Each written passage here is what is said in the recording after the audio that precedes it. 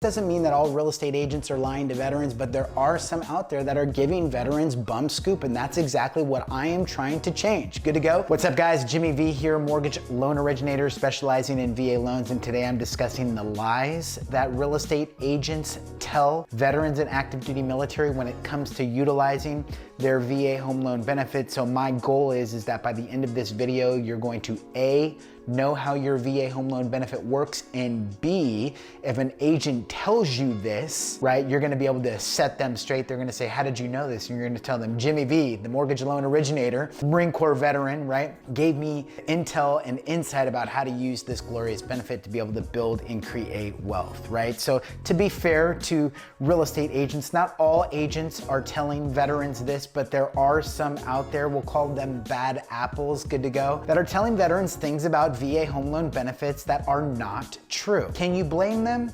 Well, you can make an argument for no, and the reason why is because the VA doesn't advertise this stuff really. Military doesn't teach it. Mortgage loan originators, my camp, we don't understand it, so how in the world can we expect our real estate community to know this stuff? And the answer is they don't, and kind of unfortunately makes veterans and active duty military hear things about VA home loan benefits that are oftentimes not true. So the first thing that I want to get into is simply this. If a real estate agent tells you, well, you know, you should use a conventional loan because VAs are kind of looked at like subprime loans. Don't let anybody get away with this stuff, right? The VA loan is designed to save you, the veteran or active duty service member, money. Jimmy, how do you mean exactly? Well, oftentimes on VA loans, the interest rate will be anywhere from 3/8 all the way to 3/4 of a percentage point more competitive than conventional loans. So what does that mean? It means that you're gonna save money in the form of interest rate and payment. Now, in addition to that, VA loans don't have any private mortgage insurance. This too also saves veterans money in the form of monthly payment.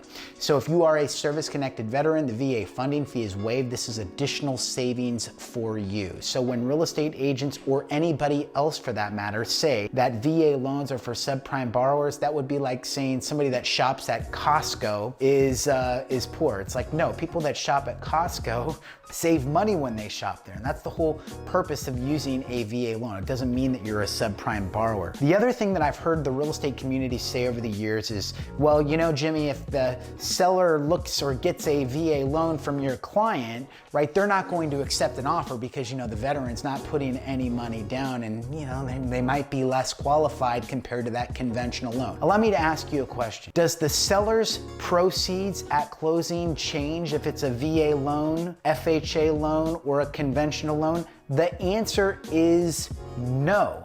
In other words, the seller of the property is going to net the exact same amount of money regardless if the buyer is using a conventional loan, FHA, and lastly, of course, VA. So just because somebody's using, once again, a VA loan does not make them a subprime borrower, or it does not make the conventional borrower, I should say, any more qualified than the VA borrower. VA loans allow veterans to be able to not come in with any down payment. This does not mean that they aren't in a position to come in with a down payment, which brings me to my next point, right? That the seller has to pay for all of the fees. This is a myth that continues to circulate through the real estate community where agents think, well, Jimmy, if my seller accepts your VA offer, they're gonna have to pay for the escrow, the processing, the application, the termite, you know, those fees that can't be charged to the veteran on a VA loan. It's like, who told you that, right? In other words, the seller does not have to pay for 1 penny in conjunction with a VA loan offer. In other words, me as the veteran can write a full price offer on your listing and not ask the seller to pay for 1 penny in concessions. In other words, I can pay for it all by myself. I don't need you to pay for my costs in conjunction with the purchase of the home. Now, to be fair, if the veteran wants to negotiate, well, everything in real estate is negotiable. You can certainly do that, but it doesn't mean that the seller has to, right? And so oftentimes people tell this to veterans and they prohibit them or dissuade them from using their VA home loan when writing an offer, and they'll go with a more expensive loan like a conventional or an FHA. If somebody tells you that, they don't deserve your business. The other thing that I want to briefly share is that VA loans take longer to close. The agent might say, well, you know, it might take longer to close on this VA loan. It's like, how do you mean exactly? Well, you know, I had a lender that took, 40 days to close. Let me let you in on a little secret, okay? Can you guys hear me okay? The VA does not lend the money, right? In other words, the VA has relatively little to no involvement throughout the transaction. So what does that mean? It means that whoever was lending the money, i.e. the lender on that loan, took longer to close, not the VA. So let's not give veterans, let's not give the VA home loan a bad rap and say, well, VA loans take longer to close, because remember, the VA doesn't lend the money. All they do is guarantee the loan, so the lender who is ever lending that money may have took longer. Maybe their turn times are longer. So what am I saying? Find a lender that can close within the desired time frame that you're looking for, right, when you're submitting an offer on a property. And lastly, right, this is probably one of the number one things that real estate agents oftentimes tell veterans that is simply not true. And that is simply this, that you can only have one VA loan at a time, right?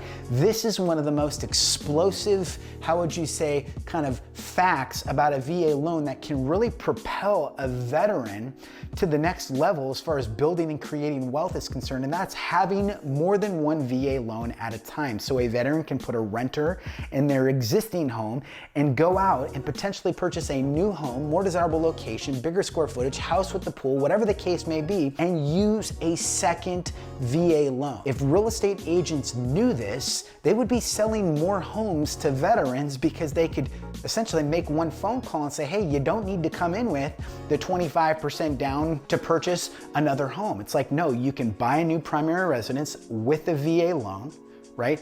And move into it and convert your existing home into a primary. So this might be, into a rental property. That's what I meant to say.